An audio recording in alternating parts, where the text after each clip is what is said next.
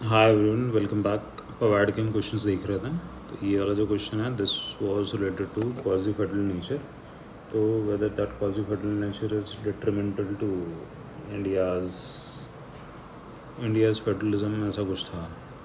तो इसमें जो कंटेंट हमने लिखा है, इसमें हमें कुछ वैल्यू एडिशन करने की ज़रूरत थी। पहले देख लेते हैं हमने लिखा क्या है इसमें, whether the demand of the question is getting fulfilled और नॉट। तो India has quasi federal form of government post independence adopt किया है, ठीक है। पावर्स को डिवाइड किया 7 शेड्यूल के हिसाब से। Owing to the cultural diversity, culinary legacy challenges partisan, Indian federal structure is more tilted towards unitary bias। अच्छा, इंडिया का जो ये क्वाजी फेडरल जो नेचर है, that is more towards unitary बायस। ये कुछ क्वेश्चन था। क्वेश्चन मैं एग्जैक्टली निकाल नहीं पा रहा हूँ क्योंकि अब देखना पड़ेगा कौन से टेस्ट सीरीज़ में था ये, यहाँ लिखा नहीं है मैंने, तो ठीक है। अब इंडिया के पास स्ट्रॉन्ग सेंटर है। इसके आर्गूमेंट्स हमने सब्सटेंशिएट किए हैं कि नेशनल इमरजेंसी हो गया, प्रेसिडेंट रूल हो गया जो इम्पोज होता है, डिवीजन ऑफ पावर्स में यूनिटरी बायस है, नेशनल इंपॉर्टेंस, डिफेंस वगैरह यूनियन लिस्ट में आता है, ऑल इंडिया सर्विसेज हो गया, फाइनेंशियल रेवेन्यू, जीएसटी का डिस्ट्रीब्यूशन हो गया, फाइनेंस कमीशन हो गया, फिर गवर्नर का अपॉइंटमेंट हो गया, ठीक है। आगे deployment of parliamentary paramilitary forces, parliamentary लिख दिया गया यहाँ पे, पैरामिलिट्री आएगा, गलती से लिख दिया, ठीक है। तो ये कुछ प्रोविजंस है। फिर दो centre as a strong hold in national matters, central state conflicts emerge due to, ठीक है। कॉन्फ्लिक्ट्स की बात है, पॉलिटिकल आइडियोलॉजीज़ के बीच में डिफरेंस है। आगे रिसोर्स कांस्टेंट है, तो जैसे 15 फाइनेंस कमीशन में हमने देखा।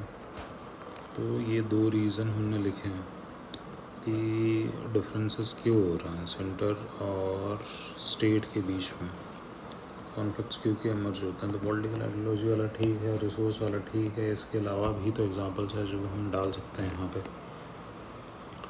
इसके अलावा जैसे पॉलिटिसाइजेशन हो गया ऑफ ऑफिस ऑफ गवर्नर हो गया, यूनिटरी पॉलिसी फॉर्मुलेशंस हो जाएंगे, ठीक है। मतलब policies of the centres are getting impose on the states. फिर consent of the state is not taken into account, जैसे फार्म बिल्स जो था, और जीएसटी में भी अगर कोई इम्प्लीमेंटेशन करना है, आगे अमेंडमेंट करना है, तो centre as a kind of virtual majority. फिर central institution such as C A G हो गया, आपका CBC हो गया, CBI हो गया, all these are under the control of union, though they are, मतलब जैसे CAG है वो तो कॉन्स्टिट्यूशनल बॉडी हो गया, बट स्टिल ठीक है। तो ये कुछ कॉन्स्टेंट्स हम डाल सकते हैं। आगे फिर हमने कंक्लूजन में बताने का ट्राई किया कि federalism in India has evolve the political culture, ठीक है। Today increase representation of people, accountability, transparency, government shift towards participative political culture, ठीक है, इसकी तरफ शिफ्ट हो रहा है। अब पॉजिटिव एग्जांपल्स में इन द एंड हमें ये चिपकाना है कि we are evolving towards cooperative, cumulative, collaborative kind of federalism. ये अच्छा है। जीएसटी का एग्जांपल दे दिया, ये दे दिया। इसके अलावा इंटरस्टेट जो काउंसिल है उनको यूज़ कर सकते हैं यहाँ पे, ठीक है। तो फेडरलिज्म वगैरह का जो भी क्वेश्चन आएगा एंड में ऐसे ही एंड करना है कि फेडरलिज्म जो है अब हमारा कोऑपरेटिव की तरफ शिफ्ट होता जा रहा है। तो ये आंसर मोर लेस ठीक है, ज़्यादा कुछ इंप्रूवमेंट नहीं चाहिए इसमें, सिर्फ वैल्यू एडिशन थोड़ा सा कर सकते हैं, अदरवाइज स्ट्रक्चर वगैरह के हिसाब से तो ठीक है। आगे वुडरो विल्सन का क्वेश्चन था। वुडरो विल्सन ने जो बिजनेस लाइक एडमिनिस्ट्रेशन का जो स्टेटमेंट दिया था कि public administration should B business like, तो उसको क्रिटिसाइज किया गया था और ये बोला गया था कि public administration is more organic in nature. तो उससे डील कर रहा है ये क्वेश्चन। तो वुडरो विल्सन में हमने क्या लिखा था, पहले स्टार्टिंग वाला आंसर देख लेते हैं। हम क्या करते हैं, आंसर को ना लेयर्स में लिखते हैं। लेयर्स में लिखते हैं मतलब पहली बार लिखते हैं तो आंसर इतना अच्छा नहीं होता, फिर उसको सेकंड बार लिखते हैं जिसमें समझ आता है कि अच्छा ये कुछ पॉइंट्स मिस हो गए थे और कंटेंट वाइज पॉइंट्स ऐड कर सकते थे और स्ट्रक्चर को चेंज करना। तो ये पहले इटरेशन का आंसर है वुडरो विल्सन का। वुडरो विल्सन ने स्टडी ऑफ पब्लिक एडमिनिस्ट्रेशन लिखा, ठीक है। Father of public administration founder कहा जाता है, ठीक है। कोर प्रिंसिपल वुडरो विल्सन का था एडमिनिस्ट्रेशन मोर बिजनेस लाइक, ठीक है। क्यों? क्योंकि फिर बैकग्राउंड बताया, एडमिनिस्ट्रेशन में स्पॉइल सिस्टम था, पॉलिटिकल बैकग्राउंड से चलता था, ठीक है, तो इसका हाईली इनएफिशिएंट था। तो वुडरो विल्सन ने क्या बोला वुडरो विल्सन चाहते थे कि administration should be free from the hurry and strike of politics, ठीक है। फिर आगे the core elements of efficiency, effectiveness, transparency, outcome orientation, quality of service can be adopted from business to public administration, ठीक है। Woodrow Wilson on the other hand made it clear that the main function of the government and administration welfare of the people and not profit orientation, therefore administration should include values of public service in addition to the efficiency, ठीक है। The idea was further reinforced by the evolution of theories such as SMT, Taylor, administration, ठीक है, fear. Further, administration today has evolved from structural to behavioral to good governance and public administration-led empowerment. It makes citizens, customers choice, ठीक है। However, at the fundamental level, public administration caters to the people, all sections of society, and have, ठीक है, special information towards empowerment for level, ठीक है। But थोड़ा सा ये context से ना बाहर जा रहा था कि पहली चीज़ तो ये 10 नंबर का क्वेश्चन है, 10 नंबर का क्वेश्चन है तो इसको 2 पेज में ही ख़त्म करना है। ये पहला पेज और ये दूसरा पेज, इससे ज़्यादा कंटेंट ही नहीं मिलने वाला, ठीक है। तो तीसरा पेज में तो जाएगा ही नहीं, तो ये 15 के हिसाब से लिख दिया था। और उसके बाद क्या होगा, जब हम कंक्लूजन लिखेंगे ना इसमें, स्पेस है क्या नीचे, इसके नीचे क्या है, इसके नीचे आइडियल कंक्लूजन, हाँ। कंक्लूजन जब हम इसमें लिखेंगे तो कंक्लूजन हम विल्सन के हिसाब से लगेंगे, वुडरो विल्सन,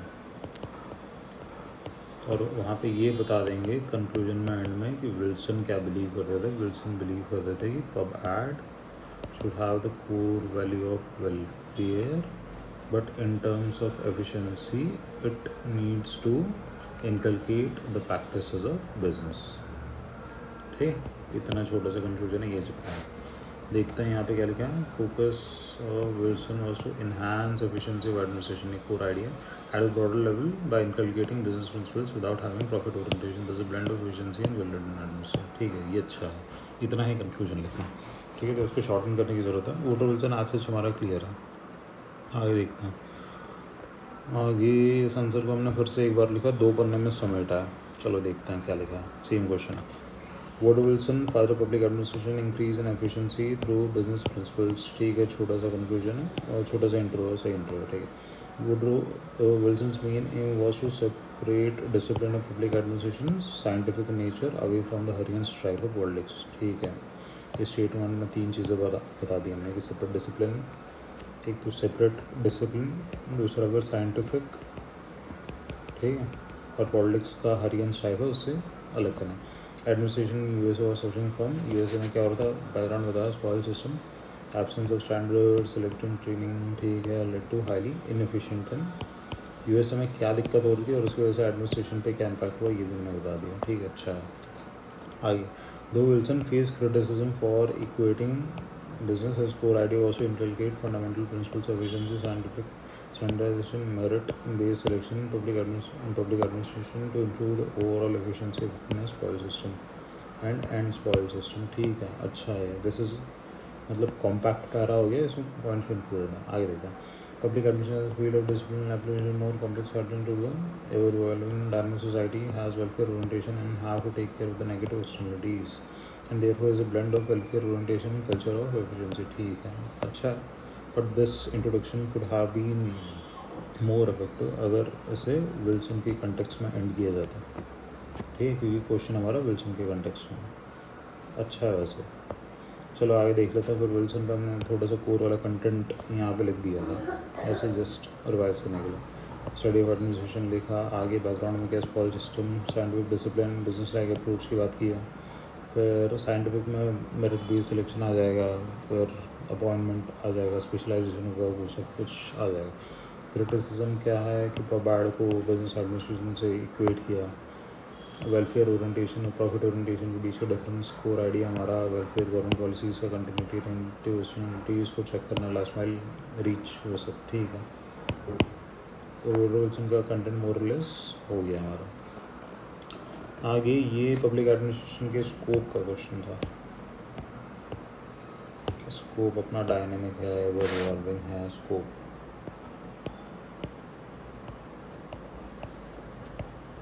लिख लेते हैं। अब स्कोप पे हमने क्या लिखा है, काम की क्या चीज़ है। Public administration as a discipline evolve कर रही है, क्लासिकल से network public administration as a discipline concern. देखते हैं पहले आंसर लिखा कितना बड़ा है। ये पहला पन्ना शुरू हो रहा है, फिर ये दूसरे पन्ने तक गया, फिर ये तीसरा गया, चौथा गया, ये मतलब चौथा ख़त्म हो गया ऑलमोस्ट। तो ये फ्री फ्लो में हमने लिख दिया कंटेंट। आज से आंसर की तरह तो लिखा ही नहीं लग रहा, देख लेता हूँ फिर भी क्या लिखा। Public administration as a discipline concern with the study of theories and their revolution to make public administration more efficient. ठीक है, दोनों स्टडी करता है, थियरीज भी करता है, प्रैक्टिस भी करता है, इवोल्यूशन करता है। आगे इट हैज़ मल्टीपल व्यूज़। ठीक है, मैनेजर व्यू के बारे में हम बता, टॉप मैनेजमेंट फंक्शंस जो है, ठीक है, जैसे ओरल गुल्लिक हो गया, यहाँ पे फिर साइमन का भी एग्जांपल आ जाएगा। They deal with only the management functions.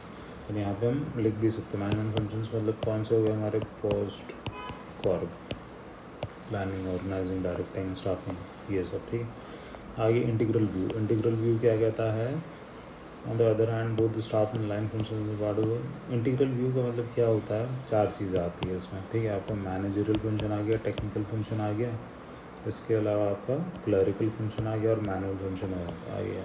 ठीक है, तो ये सारे फंक्शंस दीज आर इंक्लूडेड। ये किनका ओपिनियन था, ये था हमारा विल्सन का ओपिनियन था, ये हमारा LD वाइट का भी ओपिनियन था, और हमारे पिफनर भैया जो थे PFIFFNER जिन्होंने 3 M's का कॉन्सेप्ट दिया था, मैन, मटेरियल, मेथड, इनका भी था।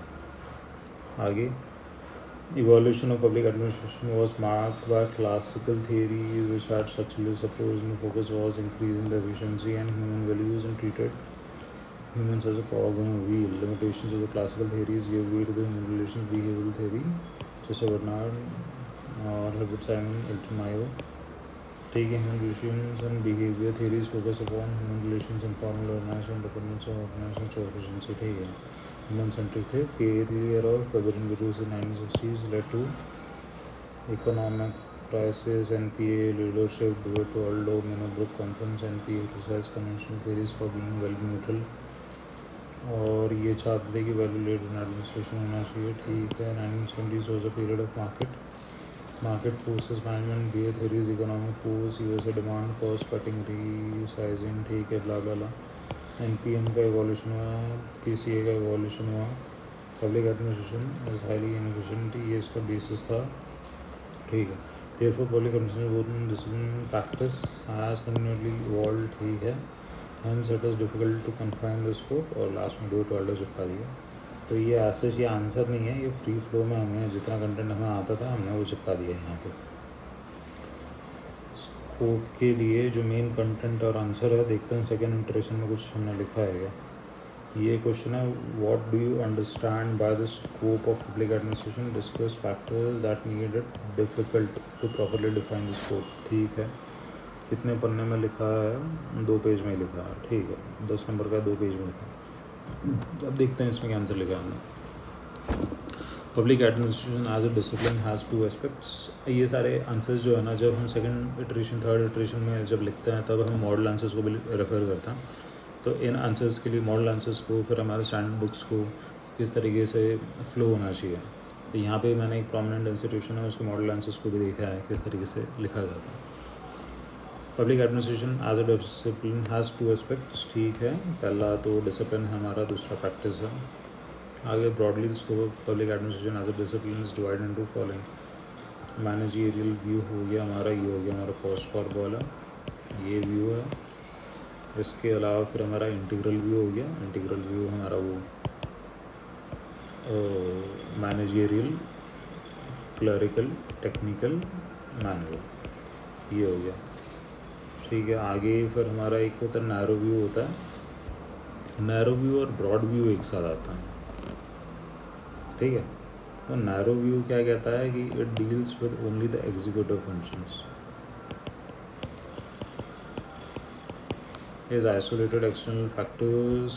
ये तो स्ट्रक्चरलेस अप्रोच हो गया, तो ये तो नहीं आना चाहिए यहाँ पे लिखा हुआ। ठीक है, आगे इकोलॉजिकल व्यू कहता है कि इन्फ्लुएंस ऑफ अदर फैक्टर्स। ठीक है, इसमें सारी थेरीज डाल सकते हैं, क्लासिकल के बाद जितनी थेरीज आ सकती है, बिहेवियरल थेरीज भी डाल सकते हैं इसमें, फिर NPM ये भी डाल सकते हैं। तो यहाँ मोटा मोटा बता दिया कि अलग अलग तरीके से हम पब्लिक एडमिनिस्ट्रेशन का जो व्यू है ना वो निकाल सकते हैं। फिर आगे therefore in all the theories public administration remains linked to the activities of the state. ठीक है, core ideas, it is related to the activities of the state, it remains implementation arm of the state. आगे factors that make it difficult to properly define the scope of public administration, that is dynamic nature of the society, continuous evolution, development of theories, ठीक है।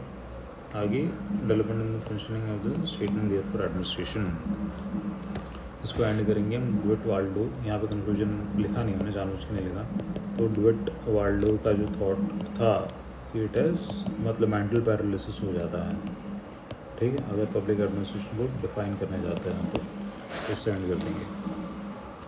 Scope हमारा public administration का मोटा मोटा ये जो एक पेज है ना, इसी में सीमित है, इसमें पूरा आंसर है। इसके अलावा फिर जो हमारे पैराडिम्स ऑफ एडमिनिस्ट्रेशन जो है पब्लिक एडमिनिस्ट्रेशन निकोलस हेनरी ने जो दिए थे वो एक बार देख लेंगे वापस, अदरवाइज स्कोप तक का पार्ट इतने में हो जाएगा। पहला नैरो स्कोप है, सिर्फ एग्जीक्यूटिव से डील करता है। ब्रॉडर स्कोप क्या करता है, लेजिस्लेटिव, एग्जीक्यूटिव, जुडिशियरी सबसे डील करता है। नैरो स्कोप में हमारे साइमन आ गए और पुरविक और गोलेक आ जाएंगे। ब्रॉडर में हमारे विल्सन आ जाएंगे, पुफनर आ जाएंगे, एल.डी. वाइट आ जाएंगे। प्रोसेस व्यू कहता है कि सिर्फ पॉस्कॉर जो है उससे डील करता है। सब्जेक्ट मैटर व्यू कहता है नहीं भाई, सब्जेक्ट जो एक्चुअल में उसका जो कंटेंट है, थियरीज हैं, पॉलिसीज़ हैं, सबसे डील करता है। तो पॉस्कॉर में पता ही है, और वो गुलेग आ जाएंगे इसमें, और आपके साइमन भी आ जाएंगे। ये साइमन का भी मेन फोकस मैनेजरियल फंक्शंस में ही था, ठीक है। फिर आगे मैनेजरियल और इंटीग्रल व्यू। मैनेजरियल व्यू क्या कहता है कि सिर्फ जो मैनेजरियल फंक्शंस हैं उससे डील करना, प्लानिंग, कोऑर्डिनेटिंग, बजटिंग, ये सब। इंटीग्रल व्यू नहीं, सब कुछ इसमें आ जाएगा आपका। मैनेजरियल आ जाएगा, technical, clerical, manual, L D. White, Wilson, Pfiffner, और यहाँ पे हमारे सामने आ जाएगा गुल्लिक आ जाएगा और रुक आ जाएगा। तो दिस वाज मोर और लेस स्कोप हो गया, वुडरो विल्सन भी हो गया, और ऊपर फेडरल वाला भी हमने देख लिया। तो इतना कंटेंट काफ़ी है। अब रिवाइज भी ऐसे ही करेंगे, यही लास्ट लेग ऑफ रिविजन है, इसके बाद वैसे ही टाइम नहीं मिलने वाला। तो जिस तरीके के आंसर्स हम यहाँ पे लिखेंगे वही एग्ज़ाम में जाके लिखने वाला है। तो चलिए एंड करते हैं, सर मिलता है आपसे नेक्स्ट वाले सेशन में।